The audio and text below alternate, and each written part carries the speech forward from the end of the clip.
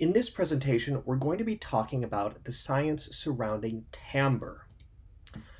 When we're talking about timbre, we're frequently invoking the idea of the color of sound. We're likely already familiar with hearing teachers or coaches discuss tone color or use similar phrases to approach this sort of ephemeral aspect that's difficult to talk about sometimes. It's going to be important to have some basic level of understanding of what creates the sensation of timbre and why our brains process different instruments as having different colors of sound. It's really going to help inform our study of orchestration. It's not only going to help us in our artistic application of what we learn, but there will also be some practical considerations that will be a little bit easier to understand once we have a grasp on this background information surrounding timbre. For instance, understanding string harmonics, trombone slide positions, instrumental doublings, etc., etc. First, we'll review some aspects of waves, just very briefly, and then discuss what aspects of these waves our brains process as timbre. Now, we'll be referencing some science and mathematical terms. There's going to be other videos out there that take a deep dive into this science. I'm going to be offering sort of a smattering of a review so that we have some base level understanding before we jump into this larger study of orchestration, which is more our focus than specifically the science side of things. But hopefully it will give you enough of a background that you feel comfortable discussing and understanding a little bit more how timbre is working. So first, let's review waves a little bit. So sound travels in waves. It's created by energy vibrating matter, in this case usually air, around us. But of course it can vibrate solid matter or it can vibrate liquid matter. But in this case we're mostly concerned with gaseous matter, so the air that surrounds us and how the waves are traveling through. When we're discussing waves, we'll often mention frequency and amplitude. A wave's frequency is the rate at which it completes one full cycle, one full pattern of itself. That is, the length of time it takes to get from crest to crest, or from trough to trough, from high point to high point, or low point to low point. The faster the wave completes this cycle, the higher the frequency, and the higher our brains are going to interpret the pitch. A wave's amplitude is measured by the height of the crest. The higher the crest, the bigger the amplitude, and the louder we perceive the sound. Essentially, we experience frequency as pitch and amplitude as volume or loudness or intensity. So just as some background for some terminology, pitch or frequency is measured in hertz or cycles per second. These terms are interchangeable. And the range of human hearing usually extends in youth from around 16 hertz, that's C0 or 1 octave lower than the lowest C on a standard piano, to as high as 25,000 hertz, that's around G10 or 3 octaves higher than the highest G on the piano. As we get older, that tends to collapse with the high range really getting shaved off there. Loudness, which is intensity or colloquially volume, is measured in decibels, ranging from 0 decibels, barely audible, the threshold of hearing, to 120 decibels, the threshold of pain. Going all the way through from leaves rustling to airplane propellers, just so that we're familiar with some of that terminology.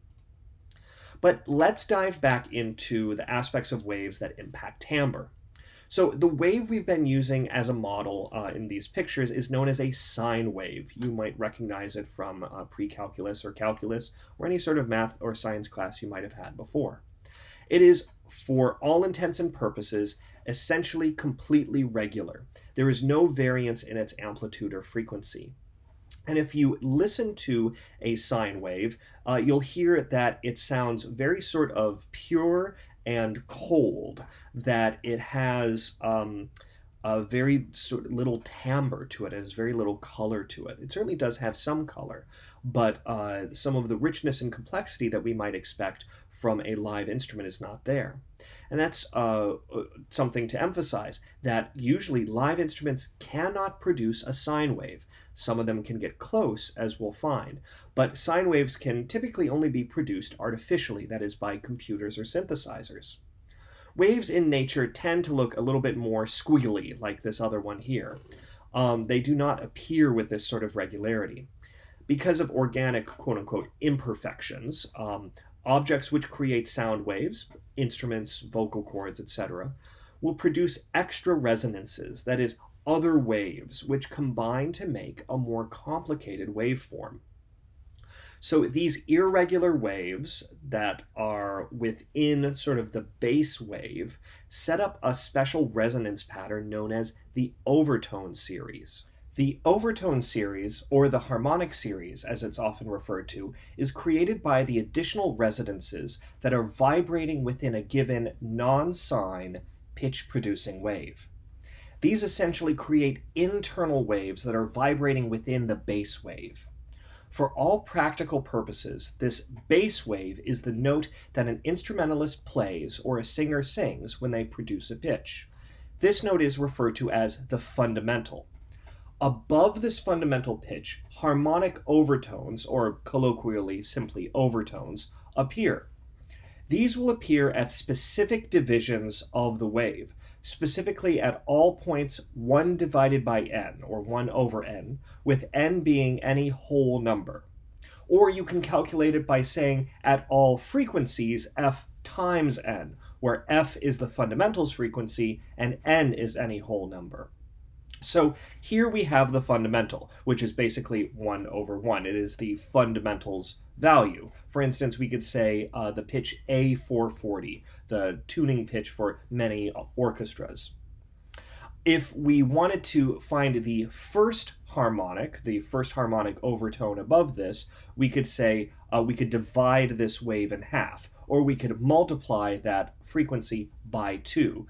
A440 would then become A880, an octave above, and we'd see a wave half the size of that fundamental wave, so 1 over 2. And this could continue 1 over 3, 1 over 4, 1 over 5, 1 over 6, ad infinitum, or multiplying again that frequency by whatever value. So this is the basic structure that we're seeing in terms of wavelength, or in terms of frequency, depending on how you want to speak about it, with respect to that fundamental pitch that we would be playing on our instrument or singing when we're singing a note. Each of these harmonic overtones is a pitch-producing wave itself, and thus a pattern of pitches appears, that is, the harmonic or overtone series, above the fundamental pitch. Importantly for our discussion, keep in mind that not all of these overtones will appear with the same intensity. In other words, they won't all appear with the same volume. That's what is going to give timbre its color. That's what is going to give each note its specific color and each instrument its color, is the differences in the intensity of these overtones. But we'll get to that in just a moment. So a few terms to keep in mind as we go forward. Specifically regarding fundamental, harmonic, partial, and overtone. Some of these definitions overlap with each other, so it's important to differentiate these just a little bit. The fundamental is the lowest pitch of a given harmonic series. For our practical purposes in this course, it is the pitch being played or sung by a given musician. A harmonic is any pitch in the harmonic series above a fundamental. And a partial is any frequency produced by the fundamental, meaning that it could be in the harmonic series or it could not be in the harmonic series. We'll talk about each of these, and these can be produced in a number of ways. This can include harmonic partials, or frequencies which match up or closely match points in the harmonic series.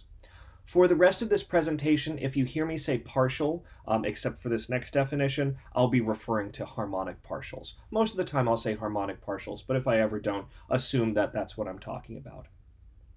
And this can also include inharmonic partials, or frequencies which do not closely match up with points in the harmonic series.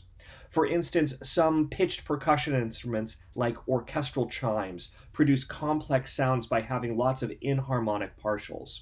For instance, if we were in an electronic music course and trying to synthesize the sound of a bell, the use of inharmonic partials would be really important to that sound. Bells often contain these other partials in there that mix in with the harmonic partials that give us that ringing, clangorous sound. Inharmonic partials can be created by a variety of means, and that can include instrument construction as well as method of performance. And when you're referring to an overtone, that's just any partial that's above the fundamental, whether it's harmonic or inharmonic. So let's take a closer look at the intervals that make up this harmonic or overtone series, because these will be really important and really useful for our work in orchestration. The harmonic series always sets up the same pattern of intervals above the fundamental. Between partials 1 and 2, that is between the fundamental and the first harmonic overtone, we have a perfect octave. Then we go up a perfect fifth, and from there a major third, from there a minor third, and there we have slightly less than a minor third. Now you'll see there's a couple of these arrows on some of these notes, and some of these intervals I say less than a minor third or greater than a major second, less than a minor second, greater than a minor second, etc. That's because remember that the harmonic series does not conform to our 12-note equal temperament scale. The equal temperament scale is an approximation of a way to squeeze in 12 chromatic pitches into the octave so that they kind of work together, but they don't line up with the harmonic series.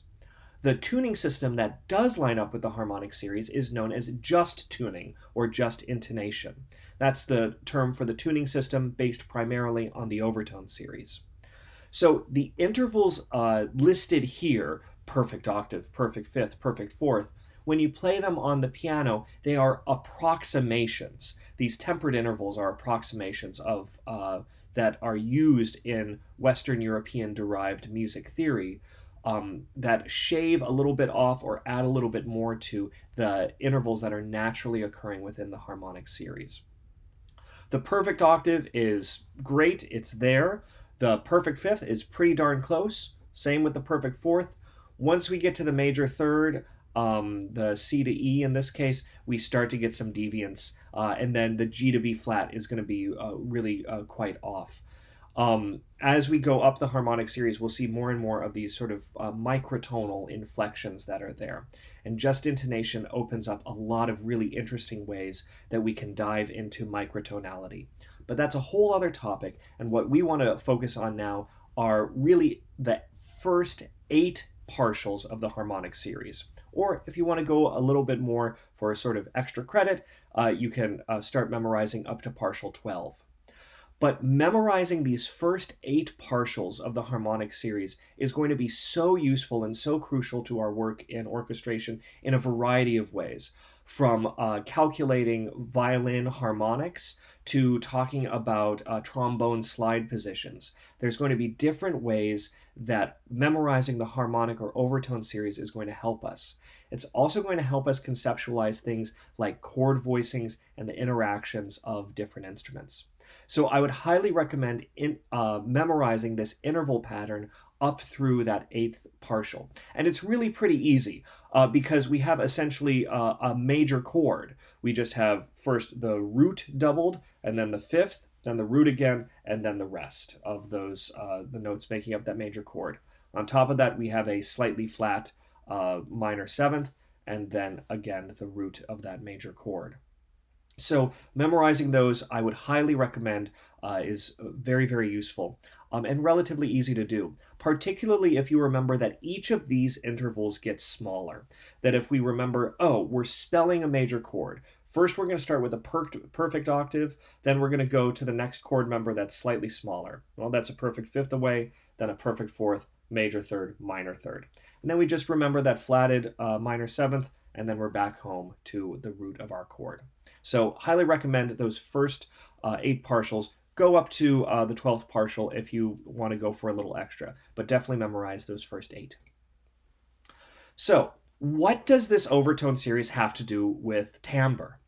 Our ears and brain will tend to combine all of this sonic information into one sonic packet, blending these partials together to form a coalesced sound. And it's the relative strengths and weaknesses of these different partials that create the sensation of timbre. So these relative strengths and weaknesses we can actually see when we map them onto various graphs, like a Fourier transformation. Here we see the waveform of a flute playing that A440 again, a nice tuning pitch. Here's sort of what that flute looks like. Down here we have a Fourier transformation, and what this is going to do is it's going to show us the strength of each harmonic partial. So here's the first partial, the second, the third, the fourth, the fifth, the sixth, etc. So over here I've got our harmonic partials, and I've got our harmonic overtones spelled out: A, E, A, C sharp, E, going up the harmonic series. So most of the energy is being translated in this first partial. So we'll just see that in this red bar. Most of that energy is there. There's still a lot of energy in that second partial, the octave above, giving us a nice reinforced but still pure tone. Once we get into this third partial, though, once we start deviating from this pitch class, we see a distinct dip in the energy level. So here over in yellow, we see it's less than a quarter of what even partial 2 was. And as we go on, we see that it's even less and even less. So most of the energy is in partial 1, with a substantial amount in partial 2. As we go up in the flute, what we would see is that even more and more energy is put into that first partial, because different areas of instruments will produce different timbres. We're used to that. We're used to hearing the low parts of instruments sound one way and higher parts sound another, especially if we're working with woodwinds and brass. So looking at this, if we would see the flute go higher and higher, we'd see more and more energy directed into the first partial, which means almost no energy would be present in the upper overtones. What this starts to resemble is a sine wave. Remember, a sine wave doesn't produce overtones, so all of its energy is in the first partial, that is, the fundamental. So when we get high in the flute, we do start to approach a sine wave, as the quotation says below. Higher in the range of the flute, the energy is mostly concentrated in the fundamental and second harmonic. For very high notes, it is almost a sine wave. We can almost imagine that in our heads, that clear, pure tone of a high flute approaching a sine wave. Other examples that are interesting to see with other waveforms include the clarinet. The difference in the intensity of individual partials of different instruments can be caused by a variety of reasons. For instance, the differences in sound source, the instrument or its construction, the method of attack, the way the instrument is played. We'll see that particularly come into play when we're talking about extended techniques as well as techniques for percussion playing. And the medium through which the sound travels. If it's a wet day or a dry day, that's going to impact some of the resonance of an instrument or an acoustical space. In this case, the clarinet will sound particularly different for a number of reasons. First, it uses a reed, but also it is a closed tube resonator, and that's going to impact things. It's going to make it look more like a square wave. So, what is a square wave? A square wave is a wave that only produces every other partial. So what we would see on a Fourier analysis is tall bars on all the odd numbers.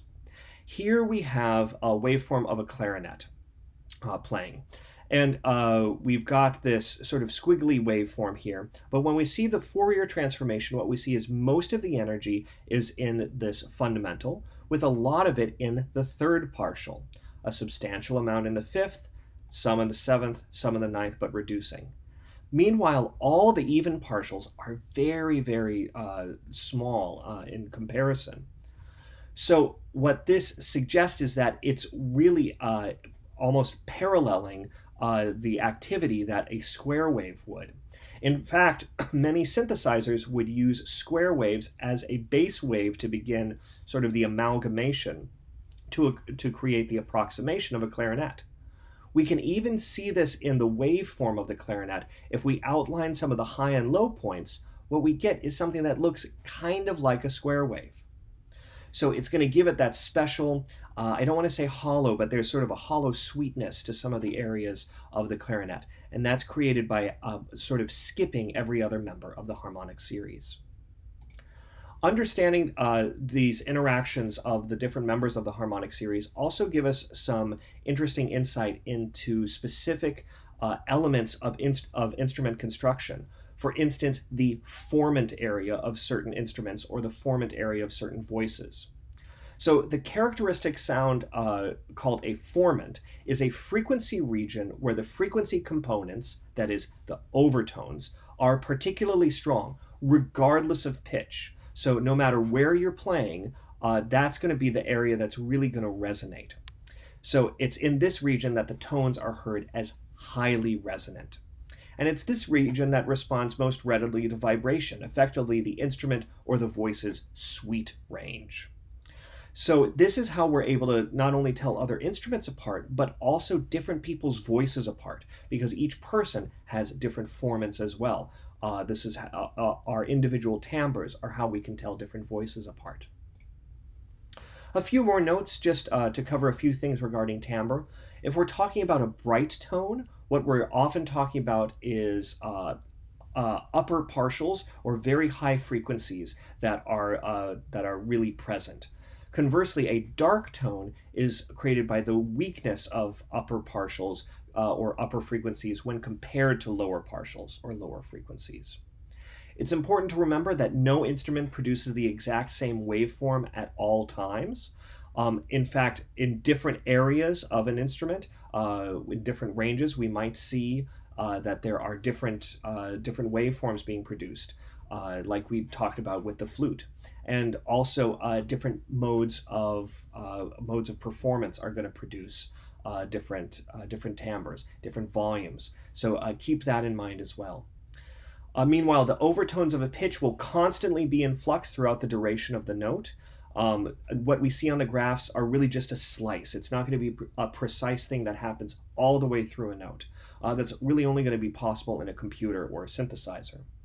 And various registers and dynamics of an instrument will always display different spectra, that is, different overtones, different collections of sound. It's also important to talk a little bit about pitch versus noise, because noise is a part of orchestration, particularly when we get to the percussion section. So when sound waves do not create recurring wave patterns, as we've seen in the examples of waves produced by musical instruments, our ear does not translate those into a musical tone or pitch. Rather, we register those as noise. Noise itself, though, can be part of the timbral packet of information that our brain interprets. We can certainly have noisy parts of percussion strikes or of string attacks or woodwind or brass attacks.